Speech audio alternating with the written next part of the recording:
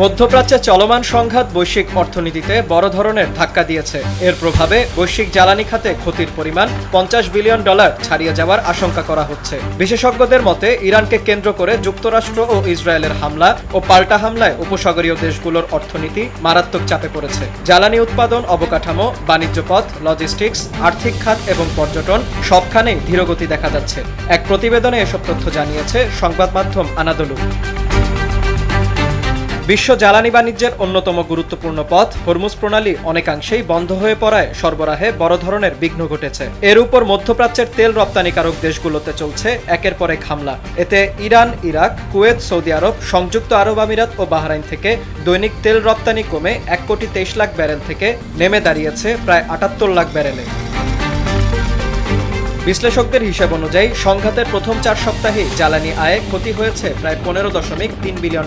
Colour expert dark sap এবং mild on hands technology সমৃদ্ধ Orix advance detergent powder আপনার laundry expert.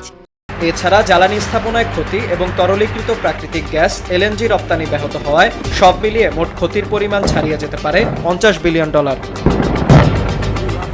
এ সংকটে সবচেয়ে বেশি ক্ষতিগ্রস্ত হয়েছে উপসাগরীয় তেল রপ্তানিকারক দেশ, এশিয়ার জ্বালানি আমদানি নির্ভর অর্থনীতি, ট্যাঙ্কার পরিবহন খাত এবং হরমুজ প্রণালী নির্ভর বাণিজ্য। অন্যদিকে মধ্য এশিয়ার তেল, পূর্ব ভূমধ্যসাগরের গ্যাস, আফ্রিকার উৎপাদন এবং যুক্তরাষ্ট্রের এলএনজি রপ্তানি নতুন করে গুরুত্ব পাচ্ছে। ফলে বৈশ্বিক জ্বালানি ব্যবস্থা আরও খণ্ডিত ও বহুমুখী হয়ে উঠেছে।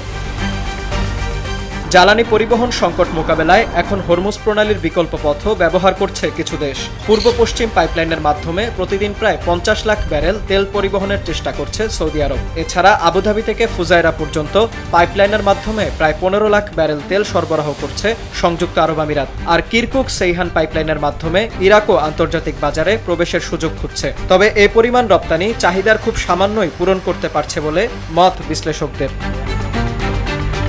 বিনিয়ামিন, RTV।